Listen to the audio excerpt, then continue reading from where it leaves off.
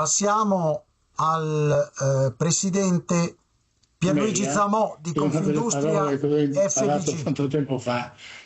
Voglio dire questo: i due porti si devono alleare, ma se no, cioè Rotterdam ci ha già fregato un sacco di rotte e tutte quelle cose lì, ma si devono alleare per forza. Oltretutto avevamo fatto, proprio come Confindustria,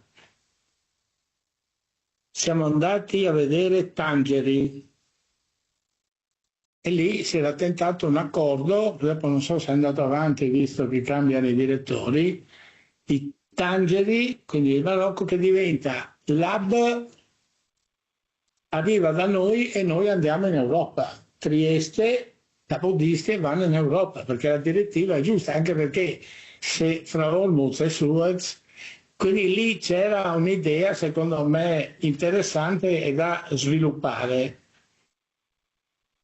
Nella pratica a me spaventa il nuovo organismo. Ho capito che bisogna dargli il punto 8, no?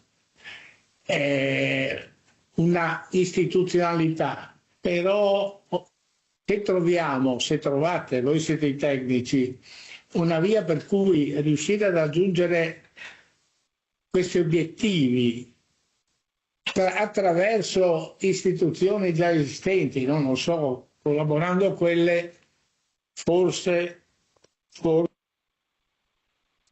Ecco che è emerso un elemento di preoccupazione di aggiungere un ulteriore soggetto, quello proposto dal senatore Sonego. Certo è giustificata la veste istituzionale che dovrebbe avere la proiezione della funzione estera della regione Friuli Venezia Giulia. Ora passiamo ad un altro